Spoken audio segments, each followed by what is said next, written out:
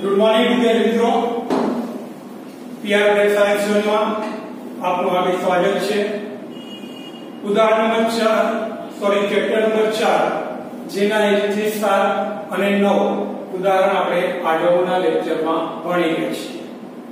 હવે આપણે ઉદાહરણ નંબર 8 કે આકૃતિમાં દર્શાવ્યા મુજબ વિદ્યુત પ્રવાહ I ધારિત વર્તુળાકાર આડ છે જેની ત્રિજ્યા a હોય તેવો એક લાંબો સીધો તાર દર્શાવે છે। r ગ્રેટર ધેન a મતલબ કે તારની બહારની તરફ અને r લેસ ધેન a માટે ચુંબકીય ક્ષેત્રની ગણતરી કરવાની છે। તો અહીંયા આકૃતિમાં આ કોઈ એક a ત્રિજ્યાનો તાર છે, કેન્દ્રથી આ અંતર મતલબ કે a થઈ જશે, બરાબર। તેમાંથી I જેટલો પ્રવાહ પસાર થાય છે। મારે આ P બિંદુ જે તારની બહાર તરફ આવેલું છે અને Q બિંદુ એ તારની અંદરની તરફ આવેલું છે ત્યાં ચુંબકીય ક્ષેત્ર શોધવાનું છે। તો સૌપ્રથમ તારની બહારની તરફ એટલે કે r ગ્રેટર ધેન a માટે, તારની બહારની તરફ એટલે કે r ગ્રેટર ધેન a માટે જો આપણે જોઈએ તો સૌપ્રથમ તો અહીંયા r ત્રિજ્યાનો વર્તુળ દોરવામાં આવે જેનો પરિઘ 2πr થાય। મતલબ કે આ P બિંદુ અહીંયા કેન્દ્રો છે, આ ત્રિજ્યાનો અહીંયા આખું એક વર્તુળ જો આ રીતે દોરી દેવામાં આવે તો આખા આ તારમાંથી I જેટલો જ પ્રવાહ પસાર થશે। પરિણામે આ વર્તુળને જેનો પરિઘ કેટલો મળે છે, મને 2πr મળે છે। તો માટે એમ્પિયરના સર્કિટલના નિયમ અનુસાર એમ્પિયરના સર્કિટલના નિયમ અનુસાર સંકલન of B into dl is equal to mu 0 I અથવા તો અહીંયા મને લખતા હતા સિગ્મા I। તો માટે B ચુંબકીય ક્ષેત્ર અચળ રહેશે, સંકલન of dl is equal to mu 0 sigma I એટલે કે કુલ પ્રવાહ કેટલો હોય છે I। તો માટે B સંકલન dl એટલે આ ત્રિજ્યાની રીતનો પરિઘ જેનું થશે સૂત્ર 2πr બરાબર mu 0 I। 2πr ને આપણે છેદમાં લઈશું આપણે, તો માટે ચુંબકીય ક્ષેત્ર B mu 0 I upon 2πr જે આપણે તારની બહારના બિંદુએ ચુંબકીય ક્ષેત્ર શોધવા માટે સૂત્ર છે।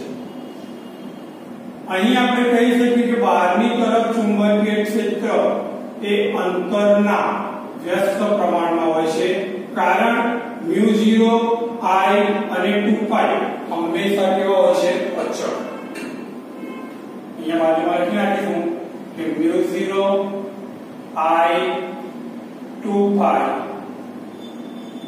અચળ હોવાથી,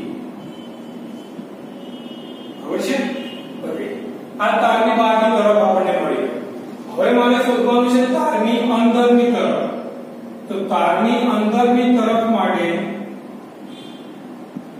તો તારની અંદરની તરફ મતલબ કે r લેસ ધેન a, અહીં હું ત્રિજ્યા જે આ છે તે r ની જગ્યાએ હું તેને r1 લઈશ, એટલે લેવામાં આવે તેને r1। તો માટે r1 લેસ ધેન a લખી શકાશે। શું લખી શકાશે? r1 less than a। તો પરિણામે અહીંયા r1 ત્રિજ્યાનું કોઈ એક વર્તુળ દોરીશ, બરોબર છે। આખા a ત્રિજ્યાના વર્તુળમાંથી પસાર થતો પ્રવાહ I છે, તો માટે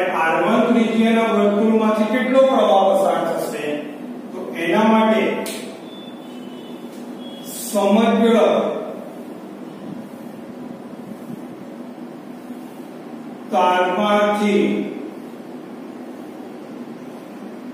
પસાર થતો પ્રવાહ I છે માટે R1 આડછેદમાંથી પસાર થતો પ્રવાહ IE થાય કેટલો થશે IE તો અહીંયા આપણે લખી શકીએ કે pi a સ્ક્વેર જ્યારે ત્રિજ્યા હોય સોરી આડછેદનું ક્ષેત્રફળ ત્યારે તેમાંથી વહેતો પ્રવાહ I છે તો માટે pi r1 સ્ક્વેર માટે વહેતો પ્રવાહ બરાબર કેટલો તો માટે તેમાં આપણે કહી શકીએ કે IE બરાબર pi r1 square into I છેદમાં a સ્ક્વેર પાઈ પાઈ ઉડી ગયા તો માટે આડછેદમાંથી વહેતો પ્રવાહ IE બરાબર I બ્રેકેટમાં r1 square upon a square આટલો પ્રવાહ આ નાના વર્તુળમાંથી પસાર થાય છે તો હવે સેમ ઉપર પ્રમાણે જ એમ્પિયરના સર્કિટના નિયમ અનુસાર તો અહીંયા એમ્પિયરના સર્કિટના નિયમ અનુસાર સંકલન of B into dl is equal to mu 0 sigma I તો માટે B સંકલન of dl is equal to mu 0 sigma I ની જગ્યાએ તેમાંથી વહેતો પ્રવાહ એટલે લેવા મારે IE તો માટે B dl એટલે 2 pi r1 બરાબર mu 0 IE બરાબર r1 square upon a square into I બંને સાઈડ થી r1 ઉડી ગયા એક વખતે તો માટે B is equal to mu 0 I r1 upon 2 pi a square અહીંયા mu 0 I 2 pi a square બધું જ અચળ માટે B ચલે છે લખી શકાય r1 because of mu 0 I 2 pi a અચળ હોવાથી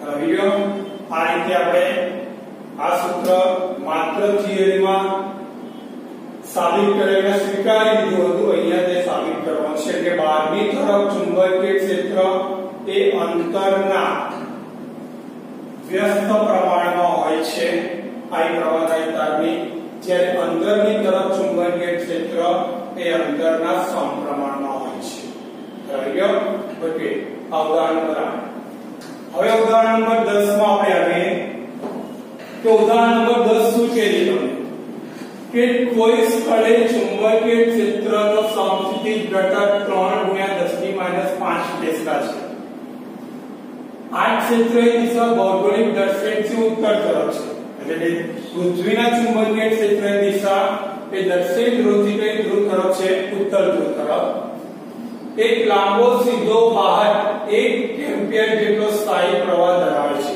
મતલબ એક લાંબો તાર છે જેમાંથી 1 એમ્પિયર જેટલો પ્રવાહ પસાર થાય છે તો પરિણામે તેને સમસ્થિતિ ટેબલ પર મૂકવામાં આવે છે અને તેમાંથી પસાર થતા વિદ્યુત પ્રવાહની દિશા એ પૂર્વથી પશ્ચિમ તરફ અને બી દક્ષિણથી ઉત્તર તરફ હોય ત્યારે એકમ લંબાઈ દીઠ તેના પર લાગતું બળ કેટલું હશે તે મારે શોધવાનું છે અહીંયા વિદ્યાર્થી મિત્રો ધ્યાન રાખો કે આપણને જે ચુંબકીય ક્ષેત્ર આપવામાં આવ્યું છે તે ચુંબકીય ક્ષેત્ર એ માત્ર દક્ષિણ ધ્રુવથી ઉત્તર ધ્રુવ તરફનું છે કે આપણે પહેલા તો અહીંયા આકૃતિ દોરવી પડે અને ધ્રુવ દર્શાવવો પડે ઉત્તર દક્ષિણ પૂર્વ પશ્ચિમ ચુંબકીય ક્ષેત્ર દક્ષિણથી ઉત્તર તરફ છે સળિયાને અંદર બે પરિસ્થિતિમાં ગોઠવવાનો છે અહીંયા એક બહાર સળિયો રાખેલ છે પહેલી પરિસ્થિતિ એ રીતે કહી છે કે પૂર્વથી પશ્ચિમ તરફ પ્રવાહ વહે આ સળિયો છે એમાં પૂર્વથી પશ્ચિમ તરફ જ્યારે પ્રવાહ વહે ત્યારે મારે એકમ લંબાઈ તેના પર લાગતું બળ શોધવાનું છે તો અહીંયા તમે જોઈ શકો છો પ્રવાહની દિશા અને ચુંબકીય ક્ષેત્ર B ની દિશા બંને પરસ્પર કેવી થઈ જાય છે લંબ તો અહીં લખાશે કે પ્રવાહ અને ચુંબકીય ક્ષેત્ર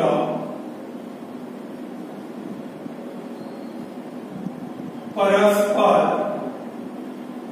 લંબ હોવાથી થીટા = 90 થીટા = શું હશે 90 તો માટે બળ F બરાબર BIL sin થીટા આપણે આ સૂત્ર શીખી ગયા હતા મારે શોધવાનું છે એકમ લંબાઈ દીઠ લાગતું બળ માટે આ એરિયામાં છેદમાં લાવી દઈશ તો માટે F/L બરાબર BI sin થીટા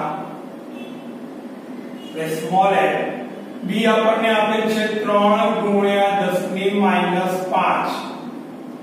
પ્રવાહ 1 એમ્પિયર sin 90 થીટા 90 બરાબર છે sin 90 ની કિંમત 1 તો માટે બળ F બરાબર થશે 3 × 10⁻⁵ ન્યૂટન મીટર ઇન્વર્સ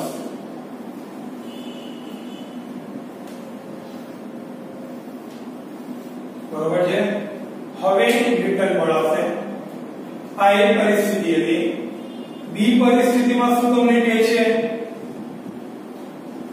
કે જો દક્ષિણથી ઉત્તર તરફ પ્રવાહ વહેતો હોય તો હવે સમજો બરાબર કે ચુંબકીય ક્ષેત્ર તો ઓલરેડી તમને આ રીતે આપેલું છે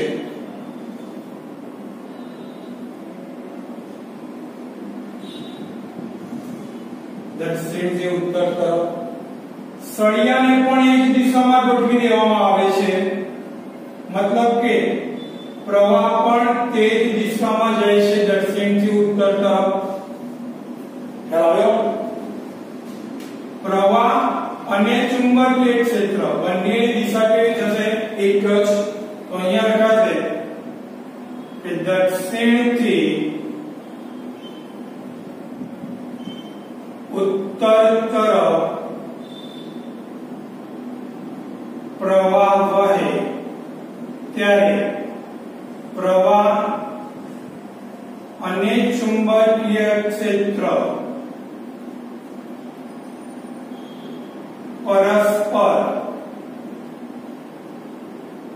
સમાંતર હોવાથી થીટા = 0 તો પરિણામે F બરાબર BIL sin થીટા તો માટે F/L બરાબર BI sin 0 sin 0 તો માટે F/L એટલે 0 એકમ લંબાઈ દીઠ લાગતું બળ શું થઈ જશે 0 થશે શું થશે એકમ લંબાઈ દીઠ લાગતું બળ 0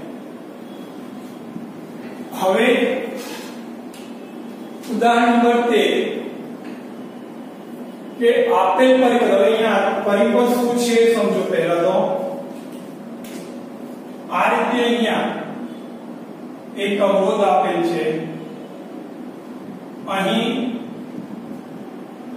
બેટરી છે અહીંયા એક ગેલ્વેનોમીટર જોડેલું છે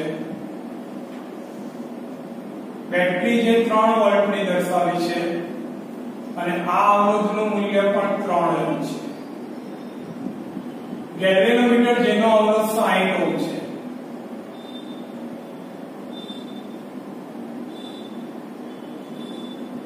બરોબર છે. હવે મારે આ અવરોધ માંથી વહેતો પ્રવાહનું માપન કરવાનું છે. તો દર્શાવેલ એમીટર અહીંયા ધારો કે મારે બનાવવું હોય તો ગેલ્વેનોમીટરની સાથે શન્ટ જોડવો પડે અને એ શન્ટ કેવા જોડાણમાં આવશે? સમાંતર જોડાણમાં આવશે. કારણ કે એમીટરમાં રૂપાંતર થાય. જો વોલ્ટમીટર હોય તો શ્રેણી જોડાણ, પણ અહીંયા સમાંતર જોડાણ આવશે. Rg બરાબર 60 ઓહ્મ નું ગેલ્વેનોમીટર હોય ત્યારે પ્રવાહ શોધવાનો છે. તો એના માટે સૌપ્રથમ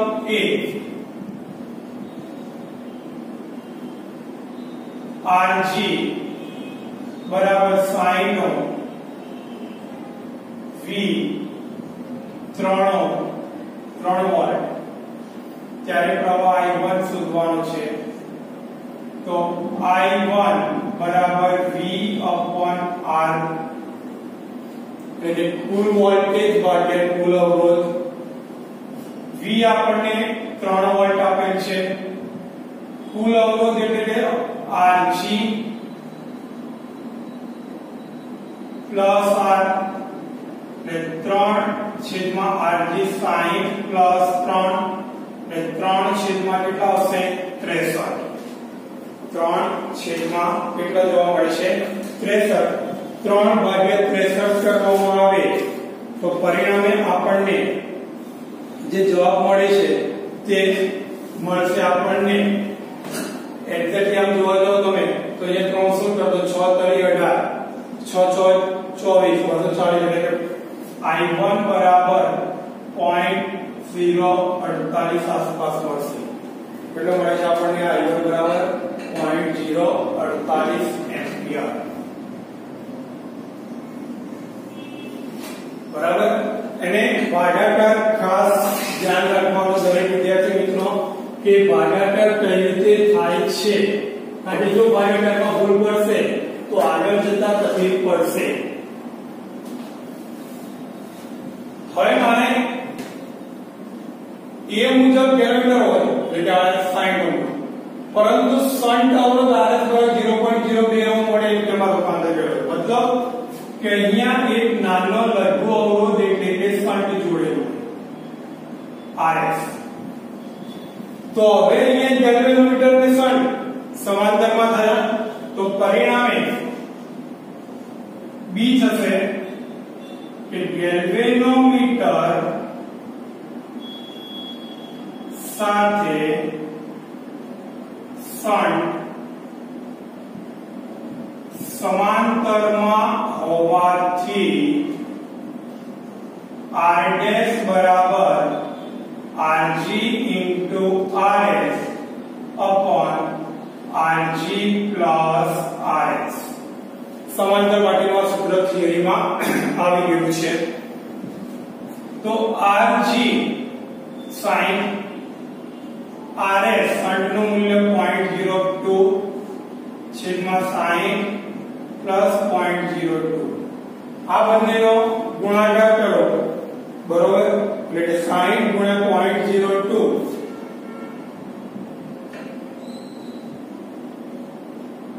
ભાગ્યા sin 0.02 તો પરિણામે R' મળશે આપણને 0.02. લગભગ અહીંયા જોવા જાઓ તો 199 મળે એટલે એપ્રોક્સ 0.02 ઓહ્મ લખી શકાય. આ મળ્યું મને આનો અવરોધ, એની સાથે તો જે અવરોધ પણ છે તો માટે કુલ અવરોધ R ડબલ ડેશ બરાબર R ડેશ પ્લસ R એટલે R dash 0.02 plus 3 R double dash બરાબર 3.02 કેટલા આવશે? 3.02 ઓહ્મ. તો હવે પ્રવાહ I2 બરાબર V upon R double dash V3 ભાગ્યા 3.02 તો પરિણામે 3 એકા 3 એટલે લગભગ એની નિયરેસ્ટ વેલ્યુ થશે એટલે 0.98 આસપાસ થશે સોરી 0.97 તો માટે એપ્રોક્સિમેટલી 0.98 બરોબર હવે સી શૂન્ય અવરોધ વાળું આદર્શ એમીટર મતલબ કે એમીટર નો કોઈ જ અવરોધ નથી શૂન્ય છે તો પ્રવાહ મૂલ્ય તો એમીટર જ નથી અહીંયા તો આ બે વસ્તુ બાકી રહી આપણી પાસે તો માટે શૂન્ય અવરોધ વાળા આદર્શ એમીટર માટે I3 બરાબર તો V/R3 એટલે 3/3 એટલે 1 એમ્પિયર માટે I3 બરાબર 1 એમ્પિયર બરોબર છે આ રીતે આપણે ત્રણે દાખલા ઉદાહરણ જોયા જો આ રીતે જો મારો આ વિડિયો તમને પસંદ આવતો હોય તો તેને સબસ્ક્રાઇબ કરો જેથી મારા આવનારા વિડિયો પણ તમને જોવા મળે આ જ પ્રમાણે આપણે આગળ અભ્યાસ કરતા રહીશું ઓકે વિદ્યાર્થી મિત્રો તો આજે આપણે આટલો અભ્યાસ કરીએ આવતા પીરિયડમાં